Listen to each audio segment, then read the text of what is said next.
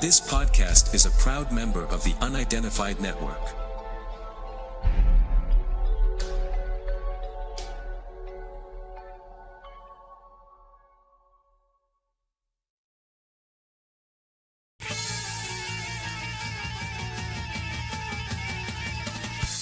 So now, ladies and gentlemen, live and in colour, it's Mr. Wayne Lovejuice.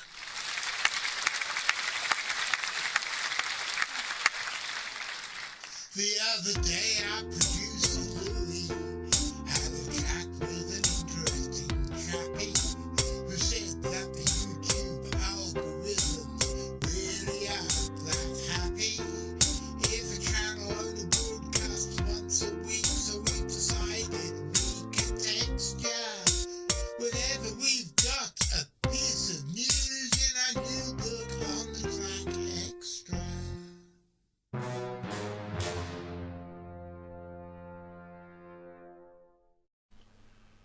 Well, good evening, ladies and gentlemen. My name is John Downs. Welcome to another episode of On the Track Extra.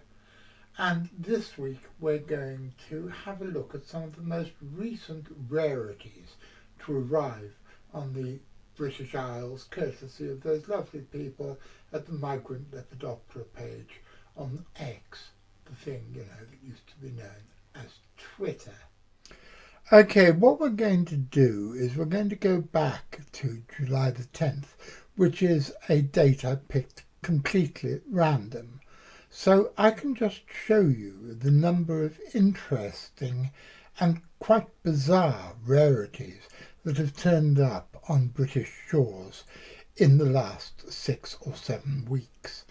The moth on the right is Palpita vitrialis, otherwise known as the jasmine moth, or one of the olive tree moths, and it is, as the latter's name would suggest, a resident of southern Europe, which migrates north to the British Isles quite often during the latter part of the year.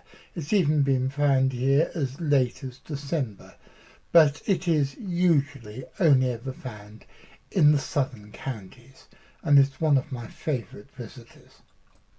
The other moth is the scarce broadered straw. You try saying that when you've had a few, even though I haven't had a few, I still have problems saying it, which is another Mediterranean moth, although much rarer, which usually comes to Britain occasionally in the autumn months. Now we have a real rarity. This is a pale-shouldered moth. Now, it's a very rare migrant to the south coast. There were a number of records in the 19th century and then none at all, until 2 appeared on the same night in 1994 in Kent and Dorset. Since then, there have been a handful of records, mainly in July and August. It occurs in southern Europe, where it flies between May and August in 2 broods. It prefers to fly on sunny days, but the recent British records have all been to light at night. And now this is a black V moth, and herein lies the tale. According to the excellent UK Moths website, which you can find at ukmoths.org.uk, this species is no longer present in Britain. It's an immigrant species from continental Europe that temporarily established itself on the coast of Essex between 1947 and 1960, but then disappeared, and there have been no records since. Well, I'm afraid nobody got around to telling the moth this, because this was photographed in the New Forest on July the 15th. Are they still here? Is it a rare immigrant, or is it a specimen from an otherwise overlooked population? Only time will tell. Now here we have another real rarity. It's a moth called a splendid brocade, Lanacanobia splendens. I love the names of British moths. They seem so much more exciting and poetic than the names of some of the butterflies, because butterflies in Britain have names like large white and small white, and clouded yellow, And it's called because they're large or small and white, or because it's got a clouded yellow colour, which is all fair enough. By the way, the famous butterfly, the red admiral, actually is called the red admirable because it was so attractive everybody would admire it. But here we have a splendid brocade, which is a fantastic moth because it wasn't ever even recorded from Britain until 2003. It subsequently transpired that several earlier records of the species had been found and misidentified. The species has since been recorded on a number of occasions, usually from southern coastal locations. But it is still extremely rare, and we're very pleased to be able to show this particular specimen to you. Now, the other moth is one that once upon a time every schoolboy would have known, because their caterpillars are the big hairy ones, which at least in my school days and in my father's school days, something like 40 years before, were known as woolly bears. I don't think school kids these days keep caterpillars, but if they do, it'd be very interesting to know if they're still known as woolly bears. This moth is the garden tiger, and it was once relatively common. We even found it in my garden here. But I haven't seen a wild one for best part of 40 years. And I don't know what's happened to them round here, so it's very nice to see this splendid specimen here that isn't a immigrant, it isn't rare, it isn't a migrant, it's just an absolutely magnificent insect. And I hope you agree with me.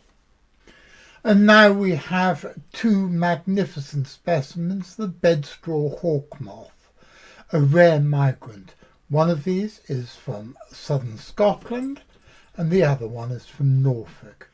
There is a whole group of hawkmoths in the Macroglossinae that are not only migratory but look very similar.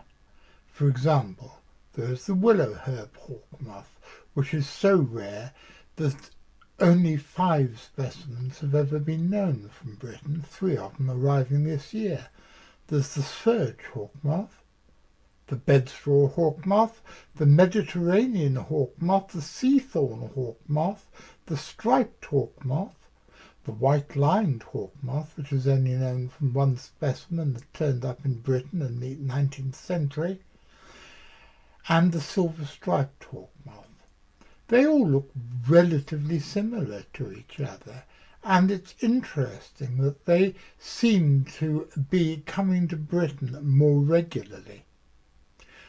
Not only have we had the 3rd, 4th and 5th ever specimens of the willow herb hawkmoth, but a few years ago, I hope you'll remember me explaining about the influx of striped hawkmoths, which was happening all over Britain, and this has happened every year since, if not in quite as big numbers.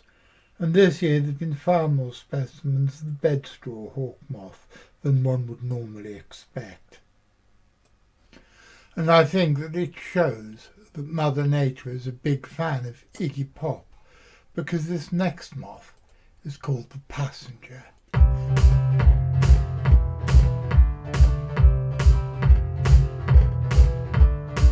This is the passenger, and it flies and it flies and it flies all the way from Africa to selected parts of the English south coast. Now, do you want us to go to our programme set and act real slick, or do you want a 25-minute song about our producer?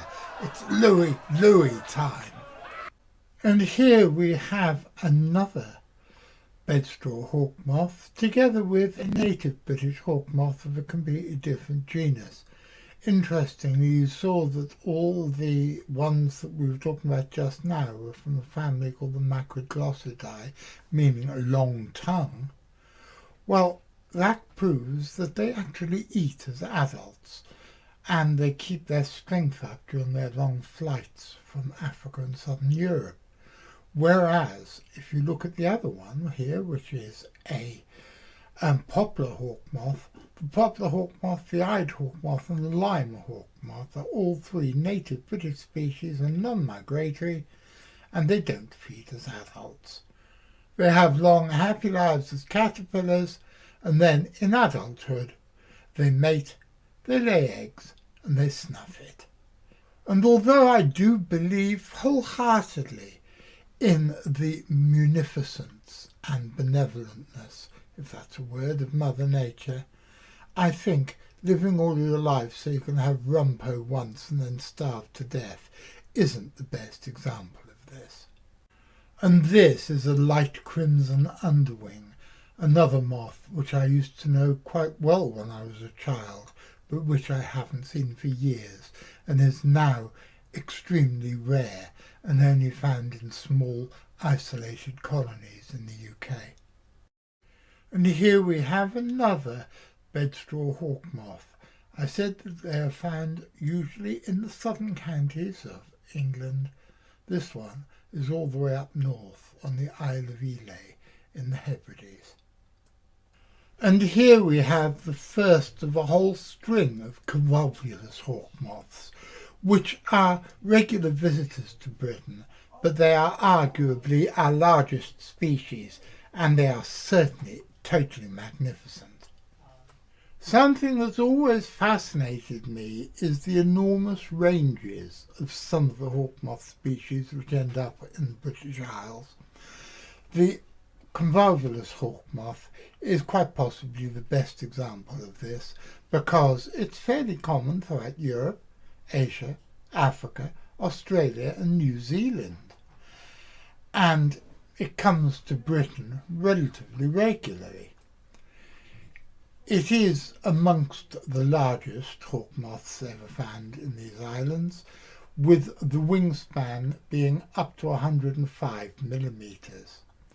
The basic coloration is in greyish tones, with the abdomen has a broad grey dorsal stripe and pink and black bands edged with white on the sides. Its favourite time is around sunset and during the twilight, when it is seen in gardens hovering over the flowers. This moth is very attracted to light, so it's often killed by cars on motorways. Its caterpillars eat the leaves of the Convulvulus, or the morning glory, hence its Latin name Convulvuli.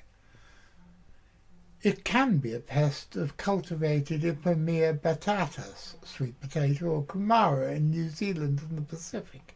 It feeds on the wing and has a very long proboscis, longer than its body, that allows it to feed on long trumpet-like flowers, such as those of Nicotania.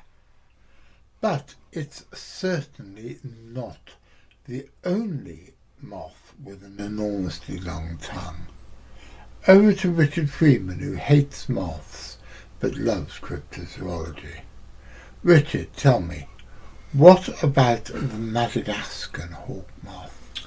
Well, in 1870, Charles Darwin and Alfred Wallace noted that there was a type of trumpet-shaped orchid in Madagascar, and its nectar-producing organs were about 11 inches down the long trumpet-shaped flower, and there was these particular orchids are all pollinated by moths, and there was no moth with a proboscis long enough to reach the nectar, so they predicted the existence of an unknown species of hawk moth with a very long proboscis, 11 inches long.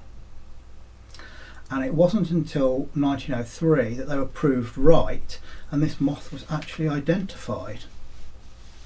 Now, in the early 90s, there was an entomologist from Ohio called Dr. Gene Kirksky, and he noted that there is another species of orchid that has its nectar-producing organs inside a trumpet-shaped flower 15 inches long. So he predicts there's an undiscovered species of hawk moth with an even longer proboscis. When I started recording this show, I thought that it would be difficult to get it to 15 or 20 minutes. However, as you can see, it's been completely easy, and there's so much more. I am going to draw a line under it for this episode, and we're going to come back probably next week and talk about the rest of the incredibly interesting sightings that we have recorded. So, thank you very much for watching. I hope you enjoyed it. I'm going to be back on Saturday. What am I going to be talking on Saturday? Well, we're going to be talking to Richard Freeman about his latest expedition, the latest CFZ expedition to Tajikistan. And then, what else are we going to do? I'm going to be back the Wednesday after that, probably with some more out-of-place moths from the Devonshire records. However, until then, if you're going to be there watching the show, Mr. McCoonan, I'll be there doing the live chat and all the other stuff I do. And so if you're there watching it, Mr. McCoonan, I'll be seeing you.